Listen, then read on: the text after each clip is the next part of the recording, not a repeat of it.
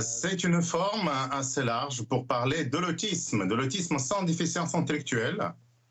Et c'est une école qui a été créée exprès pour les autistes sans déficience intellectuelle. Et la particularité de notre école, c'est qu'elle a été créée par d'autres autistes. La plupart de nos professeurs sont des autistes. Moi-même, je suis autiste. Et au fait, d'après notre expérience en enseignement supérieur, on a compris qu'il n'y a rien de spécifique pour les personnes autistes.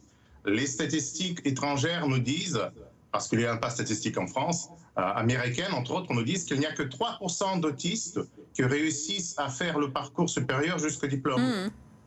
Donc du coup, forcément, on s'est posé la question, le pourquoi. Mais au fait, la structure lui-même de l'université n'est pas adaptée. La Oui, première... alors justement, c'est une université unique en France. Qu'est-ce qui la différencie fondamentalement d'une université traditionnelle comme la Sorbonne, Paris 4, voilà.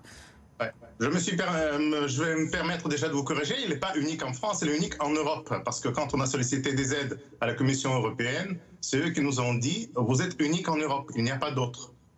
Par contre, il y a des structures semblables à la nôtre, mais semblables, pas tout à fait les mêmes, en Australie et aux États-Unis. Mais là-bas, ils sont créés par les neurotypiques, c'est-à-dire non autistes.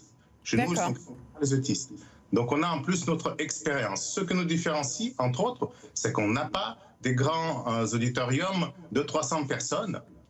C'est la première chose, parce que c'est déjà la première chose, le premier obstacle pour entrer dans une classe où il y a beaucoup de monde. C'est la première chose. Donc, nous, on travaille par des petits groupes. De 8 à 15 personnes maximum. On a des horaires adaptés par rapport à la fatigabilité des personnes autistes. Maintenant aussi les locaux adaptés au niveau des sensibilités visuelles, sensibilité par rapport au bruit, par rapport aux sensations, par rapport à toutes les sensibilités qui peuvent avoir des autistes. Voilà. Ça, c'est pour finalement le cadre pour les étudiants, mais pour l'apprentissage qui est donné, on est sur des matières similaires à celles des universités traditionnelles ou différentes?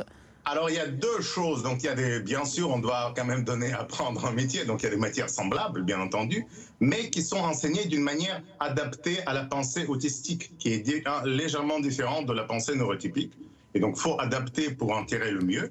Mais en plus, on a des matières qui n'existent pas dans l'université. Ça s'appelle, en gros, on a 5 matières qui sont englobées dans ce qu'on appelle le savoir social.